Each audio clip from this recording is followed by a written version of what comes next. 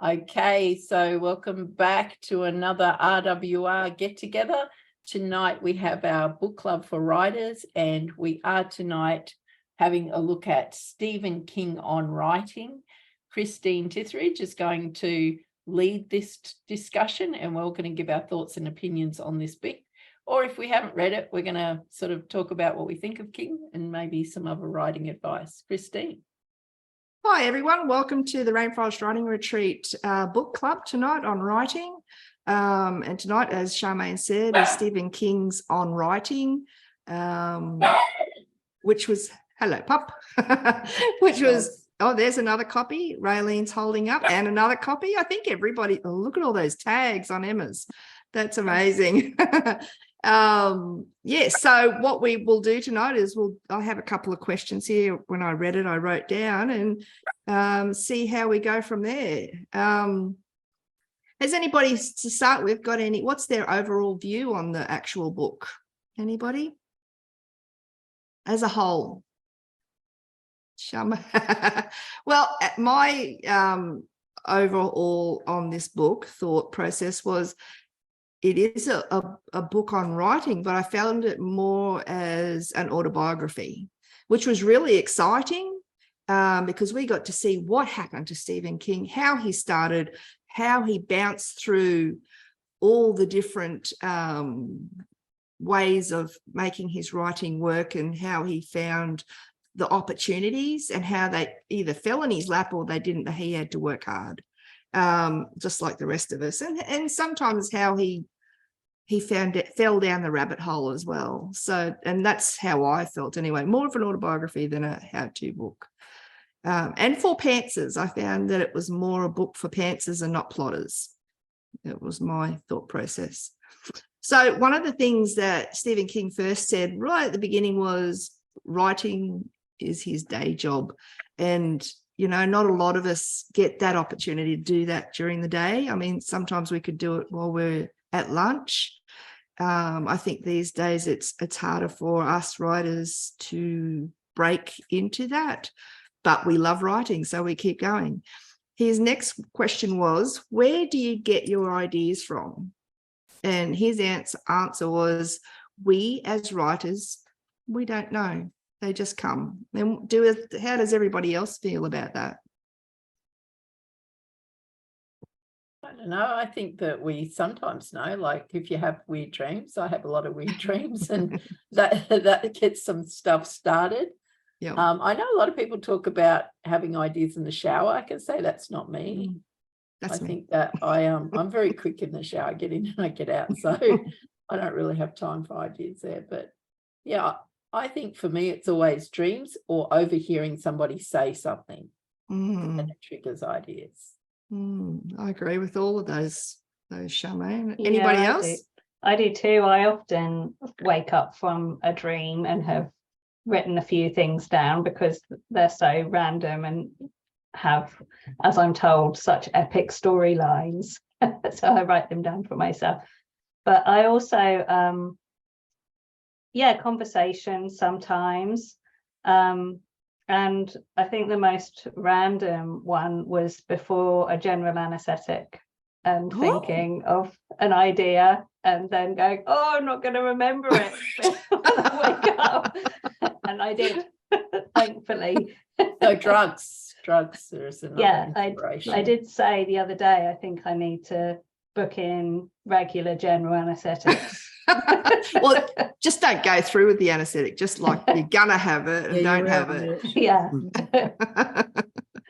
Actually, do you think that actually what you're talking about there is something that Stephen King went through? He thought he couldn't be a writer without alcohol or drugs, which is interesting what you're just saying there. Some of your best ideas is before an anaesthetic, which takes you out of your forward thinking mind, right? And it delves into your mind where you don't think. It just comes out, right? So, and that's what that's how I felt what he was saying was he needed to be not thinking about it to be able to think about it, if that makes sense. I think ideas are sort of subconscious, and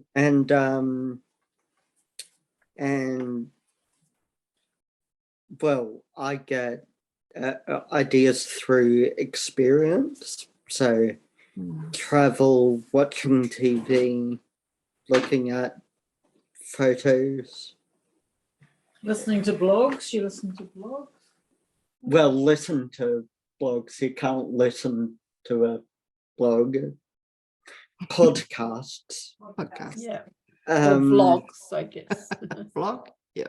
Could be a yeah. vlog, I suppose.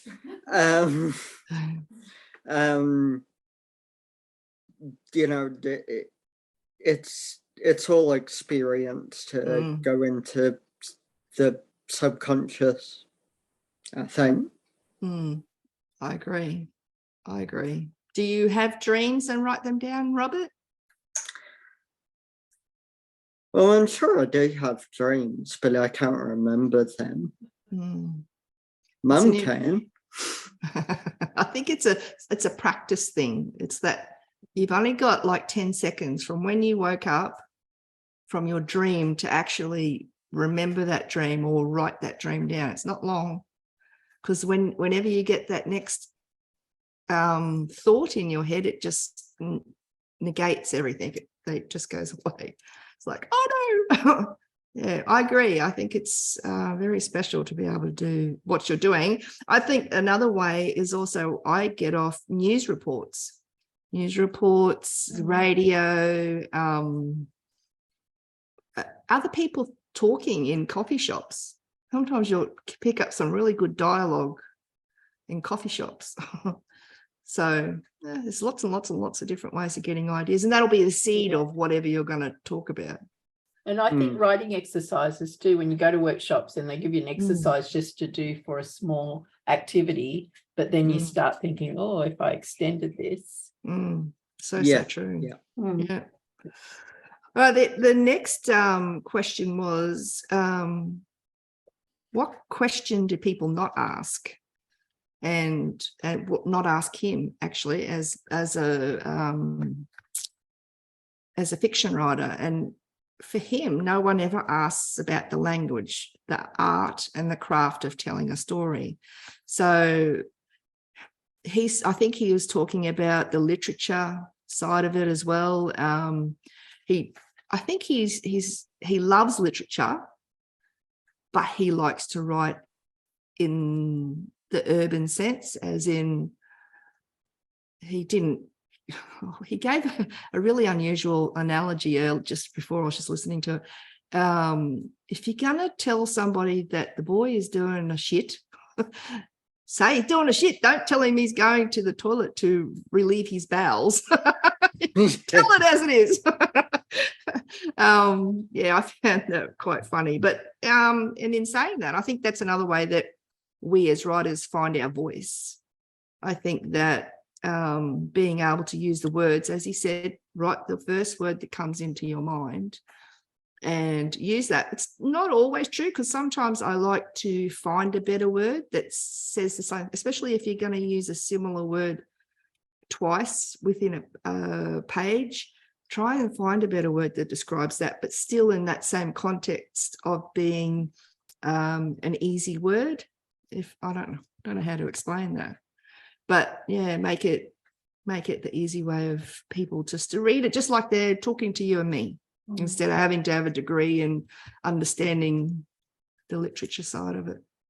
I would think the best writing sometimes is simple writing. I agree. I like reading that. Who else here likes to read simple writing? Yeah. He does actually say that it's not the size of your vocabulary that counts, it's how you use it. Yes, it's so true. So true.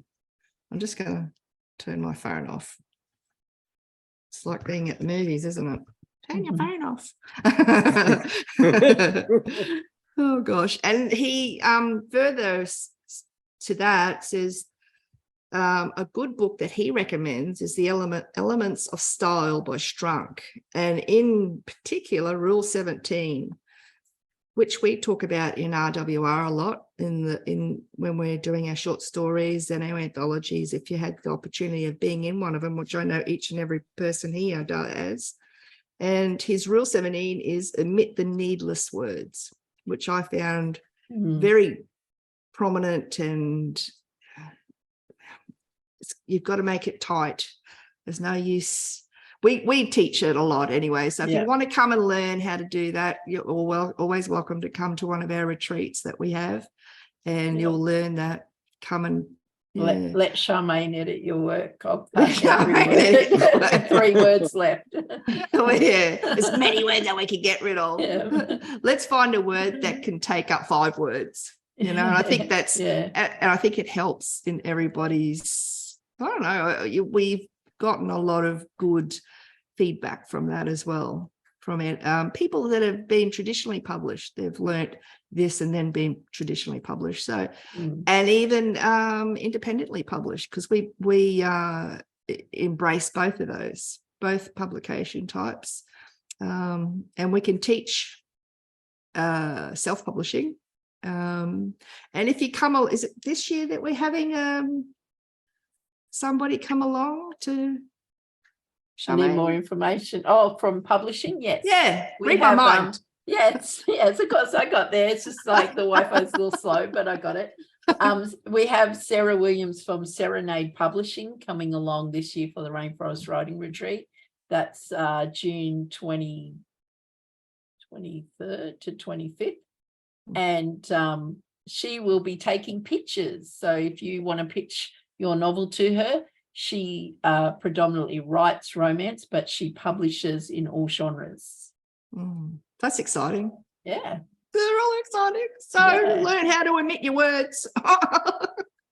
I do believe Stephen King, as much as when he started, obviously self-publishing was not very heard of. There were some people trying it, but it was not very heard of then because it's very expensive. But obviously now it's a lot cheaper. But I do believe he does now self-publish some of his works. So he has his own publishing house now. Well,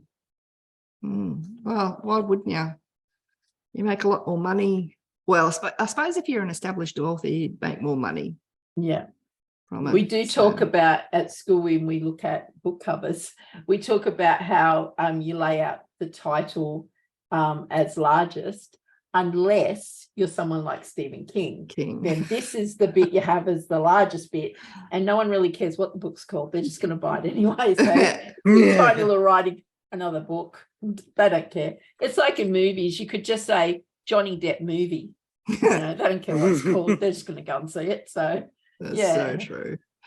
Yeah, nailed it, Charmaine. Has everyone heard Lauren Daniels' story about Stephen King? No. She wrote him a letter and he answered. Wow. When she was first starting. Next time you see her, you have to ask her. Yeah, I will. I'll ask her. Story. That's really interesting. Lucky duck. Yeah, I think she's got it framed. I think that's something that we as writers too need to look at, that even when we're starting off now, like if we have those fans, we need to address that and send people letters like that. Don't just ignore it. Well, he does keep on saying in his book that, send me your stuff, like, that writing exercise he says, he says, send me it. Like, and you might hear back from me. It's just like, wow.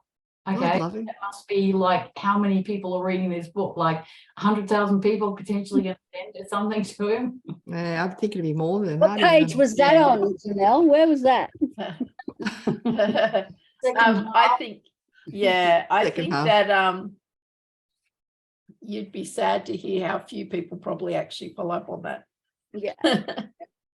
I think that was interesting. A lot of his I'm not very big on biographies and autobiographies, and so that's, I guess, why I felt like there's a lot, especially when he started off and said, if I write a book about writing, I decide it's got to be a very small book. I'm going to get straight to the point. When I was a child, and then he went on for, I was like, what? But it wasn't, as far as his storytelling of his life was enjoyable. I did find a lot of the events in his life interesting because I remember them from his stories. He's reused them obviously in his stories, because he talks about getting rejection slips and sticking them on a spike. And in The Stand, there's a character who's a young character, Harold, who's writing and sending out his narratives, his manuscripts to all these editors, and he keeps getting the rejection slips, and he just keeps putting them on the spike, you know, until it fills up. And I thought, oh, okay, he's obviously drawn on real life experiences for his stories. So I think that's interesting to see. Maybe is there anyone here who does that? Yeah. Yeah, Emma. I can look back Yeah. at what I've written and think, oh, I've just written my aunt into this story, or I remember that experience, and I'm sure I've just related it in my, I do. If I think about it, I find I can point to something. Yeah. Emma does too. Yeah, I do. I'm terrible for doing it. I It's don't not terrible. know. Oh, It's amazing. well, thank you. I actually I've been rewriting something this week that I'd written and went, no, I need to make this bigger because this is just about me, and I need to just make it much more explosive than what the reality of it was, which has been very interesting. But yeah, I always draw on real life stuff, and I guess that's because of the kind of stuff I like writing about too. I like drawing from various parts of my interests in life, so it's going to feature in different things, different ways. And even Janelle, your last story that in the Got Game anthology about a visually impaired gamer and what you went through, and I read that and I'm like, I was living your life. It was amazing, and I really loved it. It was such a, but you were drawing on experience, which I thought was amazing as well. Although I've never done blind gaming, so you might now. Well, it's great. Well, however you did it, did you have friends or somebody helping you, or was it just? So when I came up with the idea of a blind gamer, then I contacted a friend of mine who's a blind gamer and just asked her to talk me through some of the games that she's played and how she plays them and that sort of thing. So yeah. So you did your research. Yeah, but basically that character, is just like, my frustrations, and, like they're not actually things that really happen to me, but, just the sort of frustrations of, the way people talk to you and behave and, that sort of thing. So yeah, I was trying to get people to really see how frustrating some things can be. Yeah. Well, it came across in your story. Well done. It was excellent.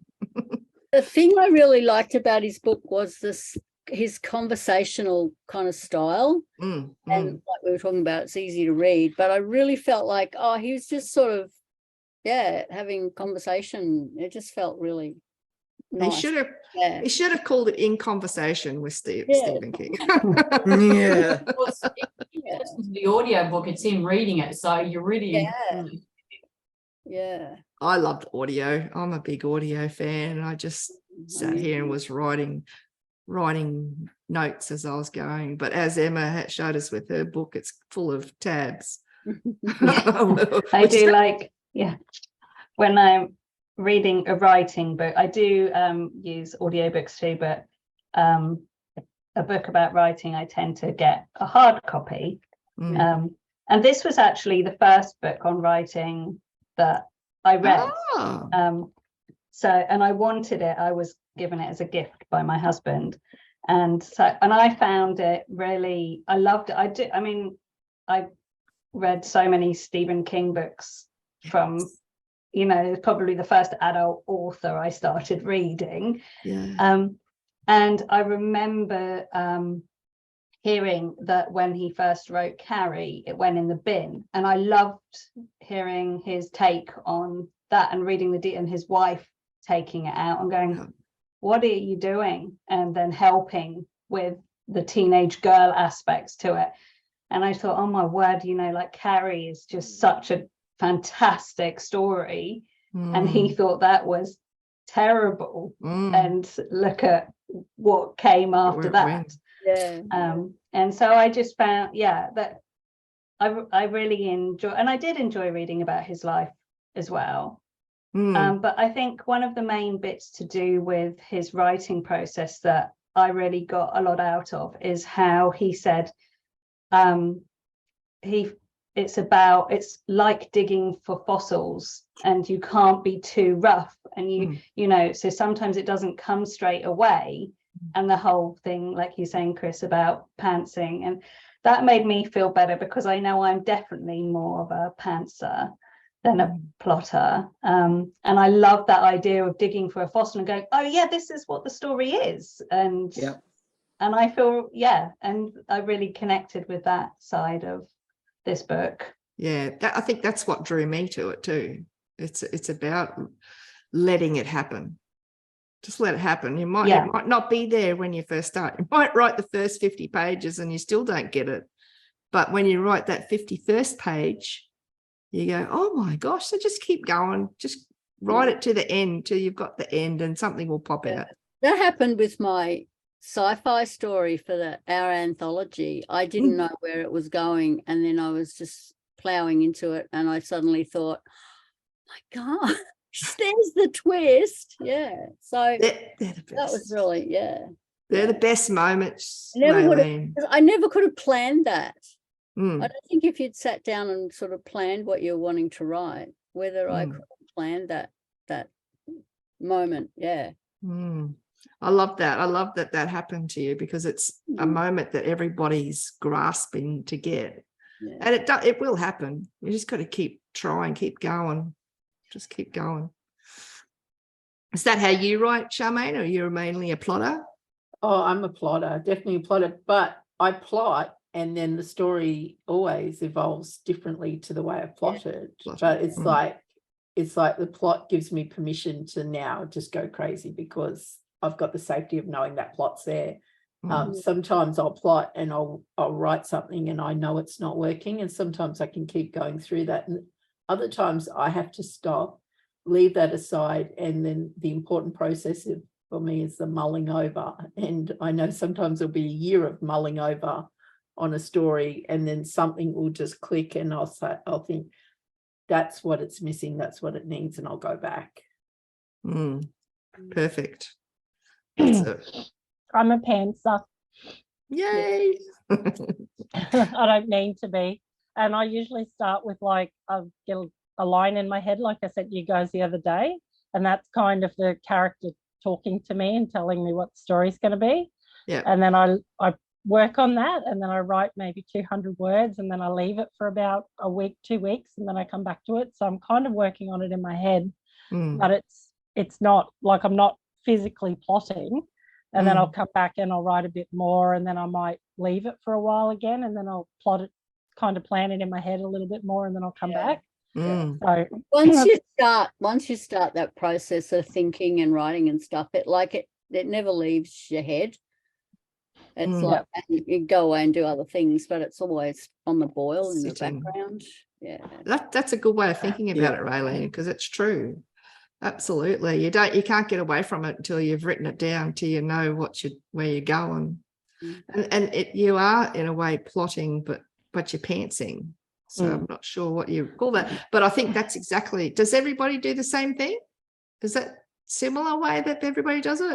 I just, like, during the night, anytime, like, my character's having conversation. So, about anything that's happening in my life, they're having conversation about it. So I hear the voices, like all the time. Like, they just keep on talking. And so I have, like, about 10 tons of back material to all of my characters, because, they don't stop talking to me. Yeah, I love that. Oh my I have gosh. heard someone refer to writing before as the only socially acceptable form of multiple personality disorder.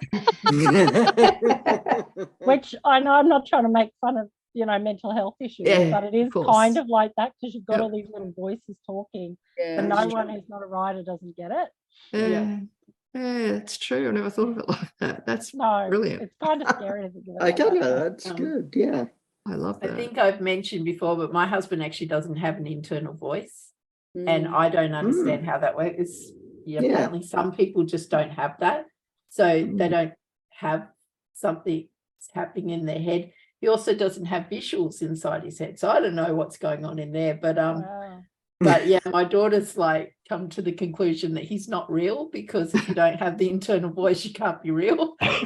It's actually a disorder. I watched something on TikTok about 3 days ago about that. It's actually a disorder, not being able to visualize and it's like, oh wow. I can't imagine it because I can visualize very clearly, and also mostly cannot imagine not hearing a voice in your head all the time. All right, so what going forward from the elements of style from Strunk, has anybody read that, the elements of style? I haven't yet. I own it, but I haven't read it yet. I must, since I've listened to this story, and I actually bought it because he told me to buy it last time, and I like 10 years ago, and I still haven't read it. It's just a great little book of grammar rules. It's only 70 something pages or something, isn't it? 80 pages. So I'm gonna have to read that now. Going to have to read that. Third, he had these forwards he was going through: first forward, second forward, and third forward. And one that I really believe, which is really, really, really important, is the editor was always right. And that could be a critique, not critique people because they're not editors, but you need to rely on your editors when you're getting to that point of your book. You got to trust them too, of course, and they've got to be an editor that edits in your type of writing, I suppose, whether you're sci-fi or fantasy or romance or whatnot, because sometimes editors aren't always right in that respect. If you've got a sci-fi story with a romance editor, and they won't like some of the gory bits in your story. Maybe. I think that it's interesting too, because I do think that we get a little bit lapse on that in this culture that we have of self-publishing at the moment, because people are seeing editors as optional. And whereas if you were publishing traditionally and Random House or Penguin were taking your manuscript and they sent it back and they said, right, we're ready to publish now, we've made these changes, you wouldn't say, well, no, I don't like that. I mean, if it was something significantly important, you might try to negotiate, but overall, line by line, you're not going to go through and say, no, you'll publish the way I've put it. If you're Stephen King, you probably do, but unless you're Stephen King, you're probably not going to do that. But because we are employing editors ourselves as a business, as self-publishers, people tend to see it more of more suggestion than a professional telling you what needs to happen. It's true. So I mean, that's interesting. I find it, even in any form of writing in genre, whether it's a picture book or a novel or a chapter book, it's just part of the tools, I suppose, because he talks about the toolbox, about grammar, and what was the other thing I wrote down? It was grammar and vocab and that sort of stuff. It's editing is part of your toolbox. It's very, very, very important. So, but that's one of these points that he put out, and he made another really strong. It's not an announcement, but he said the first draft is for the author. So when we write the book, that's for us.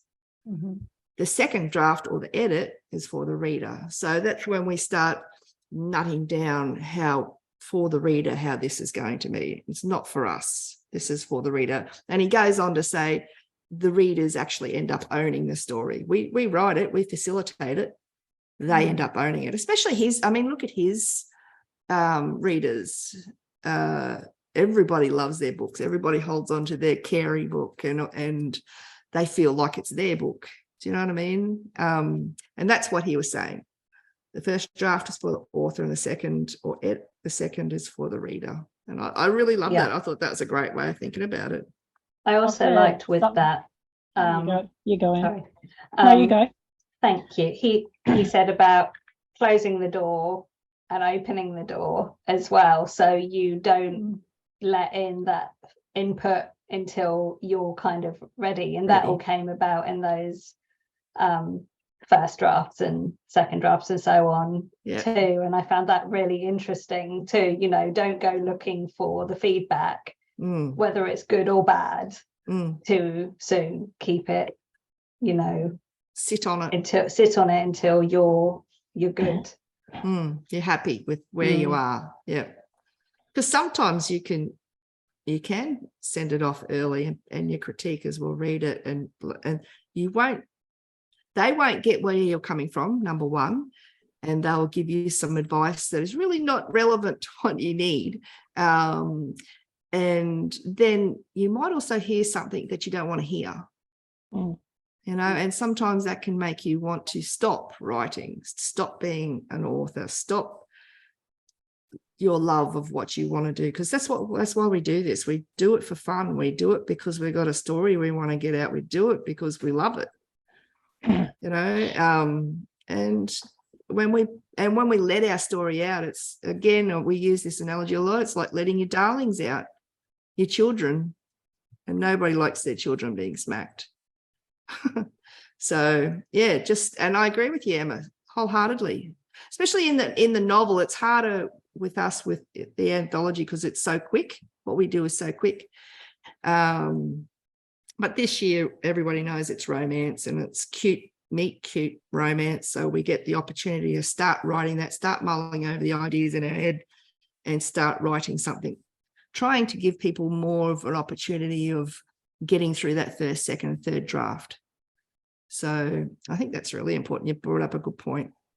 And also in that way, like you say, you know, you don't want somebody to make you feel like it's not good enough, but also you don't want somebody to go, this is the best, and not make it. Then you don't think you need to do anything more to it. So it can go that way too. Yeah. I think a lot of the times if people are given something so raw that they don't really know what to do with to critique, they don't know what to say. So they just say, oh, look, it's really good. I'm really looking forward to reading the rest, because they don't know where to start to pull it apart. True. So yeah, I think that happens a lot. But it's also subjective too. Like I've had meetings before with publishers at, like, you know, SEER conference and stuff, and I've given them the exact same manuscript, and one editor from HarperCollins was like, I really love this, but I think you need to change this. And then this editor from Penguin on the same day, I really think you need to change this, but I really love this. So everything one loved about it, the other hated, and everything that they hated, they loved. And I walked out going, I'm so confused. Like, I don't know what to do with this. And as you said, I put it away for 5 years and I didn't touch it, because I just went, I don't know. These are the experts and I don't know what to do with what you have to remember is they're probably not coming at it from what your story needs the best. Not that they don't have the best intentions, but they probably have a shape to fill. And they see your story and they go, oh, well, if you change this, it could fill this shape. Whereas the other publishing house had a different shape they wanted to fill. So they went, well, if you get rid of that bit and make it more this, it will fill that shape. And that's probably where they're coming from, more what they were looking for rather than what your story would naturally be. And it was like 10 years ago. So I probably didn't have the knowledge that I know now to kind of go, well, actually, I know what I want and whatever. So I kind of, but I kind of let it get to me. And I think if you're new at it, or you don't have that experience of that criticism or that critiquing, then it can actually really like send you off the rails. Well, it did for me. Well, and it's still not out there. It did it for me too. I gave up writing for a good 6 months because of just a review one of my friends did, and it annihilated myself. It wasn't Charmaine. It wasn't me. It was no, just kidding. No, it was a really well-known writer, and I love her to death, and she's one of my really, really, really good friends, and it just broke me. And she's well respected in the writing industry as well. But then I went back afterwards. I had another writer friend say to me, let's have a look at it again now. And I did, and I went, oh yes, tick, yeah, I get that, yeah, okay, I can do that. All right, yep, oh, that's, and it was really relevant, but it took me a little bit of time to think it over and make it and let it roll around in my head before I didn't feel like she was attacking me as a writer. She wasn't, she's just trying to help me. But I didn't get that. It was hard. It was hard information to get hard. review to get back. So, but it's hard when you're starting. Like I remember sending a story into Penguin when I first started, and it's that, you know, naivety, it's that immaturity in the industry. And the rejection letter, which I've thrown away, which I now wish I'd kept in hindsight. Gosh, yeah. Said like, you know, this is really great, but it's not for us, but we think that it's not right for this series. But if you made it into a novel, we'd be interested, blah, blah, blah, blah. And of course I take that as, oh, well, they don't want it. I don't know how to be kissy fit. That was the end of it. But it's like, I now look at it and go, oh my God, that was a great rejection letter, but never did anything with it. It gave you something to head towards. Yeah, interesting. Anyway. Have you, well, you should just resend it back out there and send us. I've started a rewrite on it, but I've put it away again because I've, you know, stupidly decided to go back to uni. Oh my gosh. Life gets in the way again. Anyway. Oh dear. Well, Raylene sent us I don't know if everybody saw that, an RWR. Yeah. I have that over here somewhere. 14 tips from Stephen King on writing. Yeah, I have that. And I found 1, 2, 3, 4, 5, 6 out of the 14 I found really important in writing. And then the first one was stories consist of 3 parts: narration, description, and dialogue, which is so true. That's what a book is. That's what a story is. And that's what it's broken down to. If you're really going to break it down into something like a good sauce, a good roux, not a roux. I was just tonight rereading the part on description that he talks about, and some of the things like not making excuses, not saying, well, it's hard to describe, and he's like, well, that's your job, just do it. But also one thing I like we do have in common is the opinion of he says, so spare me if you please the hero's sharply intelligent blue eyes and outthrust determined chin. And he says again that none of that, if it's not relevant to the story, let the reader create those parts in their mind of how they think the character's shade of blue should be. Like, you know, what does it matter? Unless it is relevant to your story, don't go on and on about somebody's eyes or the depth of their eyes or, you know, the depth of their gaze and all of that stuff, because it takes us away from what's happening. So describe things that are more action-based or more relevant to the moment. That's interesting you say that. You read a lot of that in romance books, your depth of their gaze and the way they looked into each other's eyes. Is that relevant to romance, do you think? It's only maybe having an amount of affection there, but do we really think that having to know that she has blue eyes or brown eyes, is that really relevant to how he feels about her? I have a little pet peeve with some romances in that the minute they see her eyes, they fall in love with her. So if her eyes were a different color, if it turns out they're contacts, does that mean you'll have to split up now because that wasn't real love? Because real love came by the shape of her face or the size of her eyes or something. Like surely real love comes from something somebody does, or once you connect with them on a deeper level. So any romances that do that, the emphasis on the way somebody looks as the thing that appeals to the other person, I lose interest. Do you also think that the way sometimes it's described, it's more telling? I was going to discuss this with you, and I thought we might discuss it on one more relevant to romance, but I've been noticing there does seem to be a little bit more telling in romance fiction than other fiction. So maybe that's a stylized thing that people accept in that genre. Interesting. I know, I was just picking that up myself. The second thing that I really liked on his list was the situation comes first, which is interesting. So in media res, as I talk a lot about in media res, I love a story that starts off with a problem, an issue, or a question. And the characters are always flat and unfeatured to begin with. So I really like that. Does anybody else agree, or do they have any comment on that? No? I think Okay, that's generally we all agree. true. Don't the characters drive the situation? Always think- drive the situation. Always. And look, I think he goes on to say in your story, the characters are more important. They But I think drive he's it. saying when you're starting your story and you're writing, you need to have a situation, you need to have something that's happening that is the point of the story, more than just coming up with these amazing characters.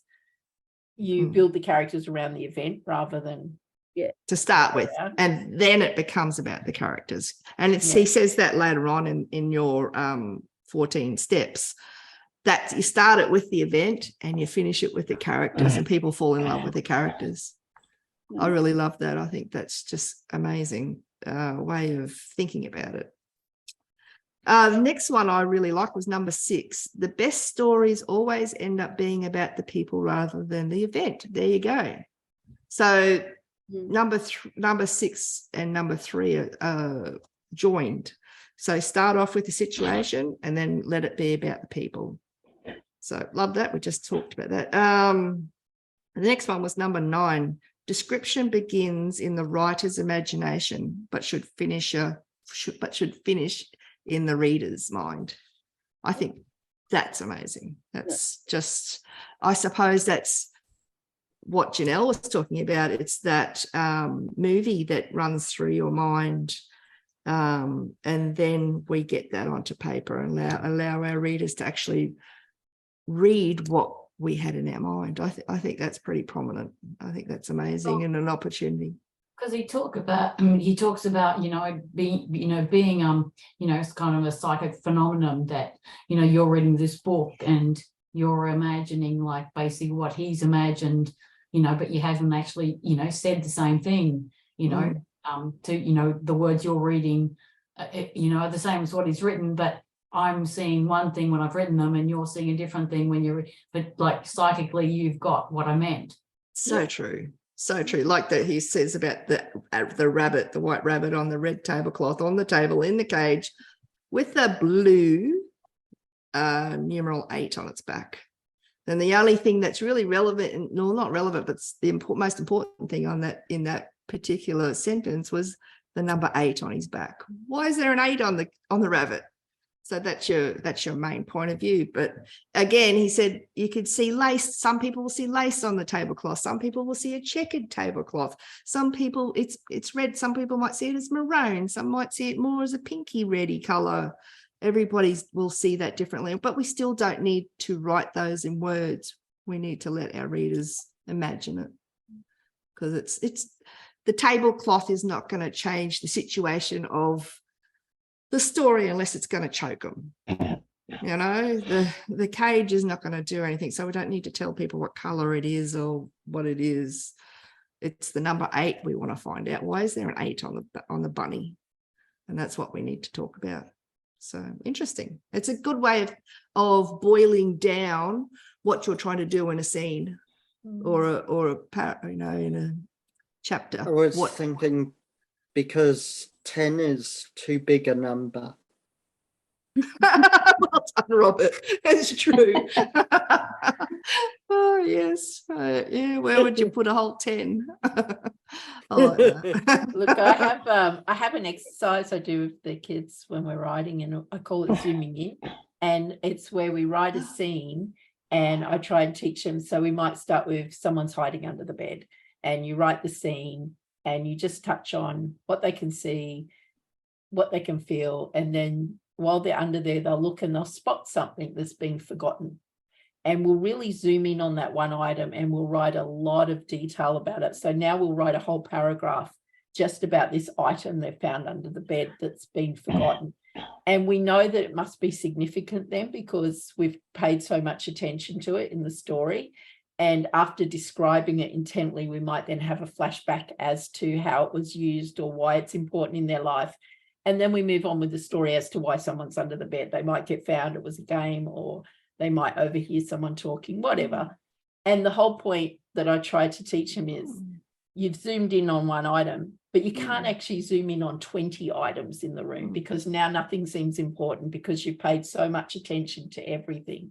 So you can't go through the room and go into paragraphs of detail of the doorknob as you're turning it and go in the door, and then the doormat, and then something that's sitting on the dresser, and then the mirror, and then the window, and then something outside. And if you go into too much detail about everything, you exhaust the reader, you overwhelm them, and also now nothing seems important.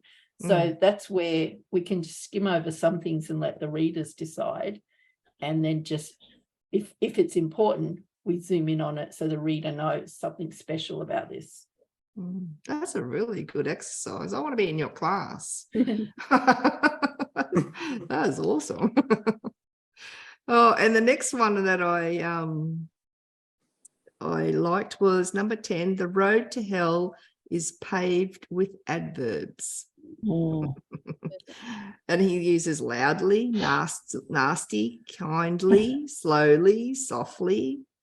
And as we know, as if you've been part of our RWR group, which is all these people have, is we try to not use the ly word, the adverbs. And Stephen King brings that up a lot in his writing, in his book as well, which is really important to, if you're not sure what an adverb is, look it up, check it out. Charmaine, can you give us an overview in your teacherly? Sure. The basics is a verb is an action. So you smile, you wave, you are something, you're being, you're doing. An adverb describes the way you are doing it. So she smiled broadly would be an adverb, would be broadly. What did she do? She smiled. How did she do it? Broadly. And what we're saying is there's usually, something like grinned would probably work better than having an adverb on there. But sometimes when it can work is if you're being sarcastic with the adverb. So it's actually an ironic adverb, and it's not not the truth of the matter. So in those cases, it can be a bit fun to use an adverb. I think sometimes it could be used if there's nothing better. Yeah, true. True. Try not to use an adverb after a dialogue. I think that's a bit of a no-no these days. Don't, if you can. I think the rule of thumb these days, because writing changes all the time, so it just depends on where we are and what year it is. But what I'm hearing is he said, she said is the best thing to do at the end. In the middle of your dialogue, do an action as well. So you'll start with, or at the end, you can do an action. Yes. Yeah. Yeah, you don't need a whole lot of dialogue tags. So if you're going to use something, said goes invisible. So we start to tune it out. But you don't need it on every line either. Try not to use it. So try to have no dialogue tags sometimes. Try and have some, either the characters do an action or just something happening in the background. So, maybe as somebody speaks, a big lorry truck drives past. So we remember that they're on a freeway. We don't forget where they are, because if you go too long in dialogue, then the background disappears and it's like two floating heads just speaking to each other. That's so true. So true. I like it. Anyway, I found that funny. And the last one I really liked was number 14. If you can do it for joy, you can do it forever. And for me, I want to write that on my wall in big black paint. Maybe glowing paint so I can see it in the dark when I wake up in the middle of the night and I've got a great idea. But yeah, so anybody else got any thing they want to add about what we read throughout the book? How it affected what did it change in the way you thought about writing?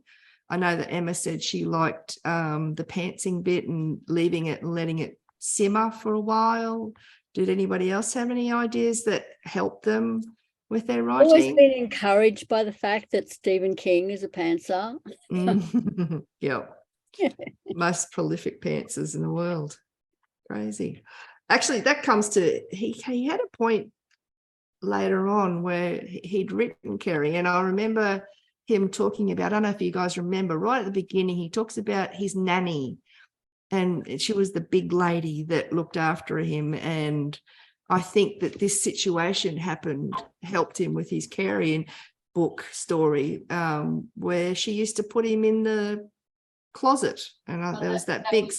That was after he was vomited because he'd eaten too many fried eggs. That's right. fried egg. Yeah. Well, was it a dozen fried eggs or something, or 8 or something? Yeah. Yeah. But it was like that scene in Carrie where she's been locked in the wardrobe, and I'm like, what?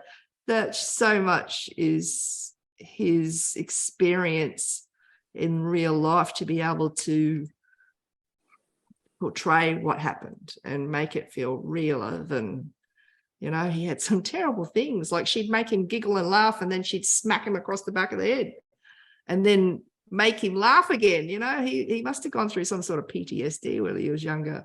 But he also found later on that with his success, he didn't think he could write the stories he had written without drugs and alcohol. Do you know what I mean? He thought that his best ideas came from his subconscious, which we talk about. But I found that I felt sad for him for that. I think he definitely felt sad from that time that he was so hooked on alcohol and drugs. But like commented that he has no recollection of writing Cujo because that's a really bad time. So, so I think he does regret that, he was like that, and that he actually has no recollection of writing one of the books he's written. Yeah, and it was a good movie too. But my question to that then is, would he have written Cujo the way that it was written if he didn't have that? Possibly not. But you know what I mean? Like I get what he's saying, and I get, that he's got regret, and I 100% understand that. But it's interesting that they go, oh, I wish I had done. And it's like, but if you'd done it differently, it would have been different. Yeah. So I don't know. Look at Carrie, though. I mean, that was left center. Yeah. Is that his writing style, Carrie? And somehow, I mean, Cujo, it wasn't that far. It wasn't that much worse than Carrie. Carrie was pretty bad, as in a horror type story. I suppose it did step up. You are right. He was a bit further along in his writing career too, being on the road, and wow. And what did everybody think of his first, not first, but his biggest check that he got right at the beginning? Well, it wasn't right at the beginning, was it? He got lots of little ones. I mean, $400,000 back then would have been crazy. How would that make you feel? I'm curious, is everyone here a reader of Stephen King novels? And if so, what do you have a favorite? Pet Sematary. That's a good one. Pet Sematary. I do love Pet Sematary. Carrie, definitely, and The Shining. Oh, how can you pick a favorite? Yeah. Well, it'd be The Stand for me. I still haven't read The Stand. It's on my to-read list. But I've just rebought The Running Man, which I read when I was about 11, 12. And I've my brother's copy, which he still has on his shelf. So I've bought my own copy. I'm going to reread it. And I loved The Running Man. And I just recently read The Dead Zone as well, which I loved. Yeah, that's good too. Yeah. Most of his books, like, when I was living over in Germany, that was when I could still see on my own, like I absolutely couldn't read his books at night. I actually had to just save them for reading during the day, because if I was reading them at night, I actually couldn't get to sleep. I was just so terrified then. So don't take this the wrong way, but can you read it now? Like, can you listen to his stories now? Does it have the same effect? No, it doesn't have the same effect. Like, obviously knowing that my husband's in the house as well might help. Yeah. But I can, listen to his books now at night, and because I would know when I picked up, I can't remember the Tommy Knockers, and I thought, gosh, do it at night, so that was okay. Wow, that one was hard because of the dog. That one was hard. Wow, that was a hard one. And Salem's Lot was quite spooky. So I've got to change my favorite. It's Salem's Lot. Okay. I love that story. So guys, like I'm going to wrap up the recording, but we'll keep chatting. But what I'm going to do is just wrap this up for our YouTube. So thank you guys for coming along tonight. And for anyone viewing, thank you for joining us, and hopefully you get something out of this. If you haven't already read Stephen King's On Writing, that might prompt you to check it out and to, you know, put lots of tags in yours, just like Emma's, and and see what you think about it and if you can apply it. And check out the Rainforest Writing Retreat. Yes, we do have a big retreat coming up this year, but also check out our Facebook page, because we have a lot of events like these book club for writers, and we have on the 19th, I believe it is, we have a picture book workshop on Zoom, which is also free to join, and that's with Robin Adolphs, who's written several picture books, and it'll be a lot of fun because we're all going to write picture books during it, so that'll be great. But we'll sign off now. Thanks for coming, and we'll keep chatting.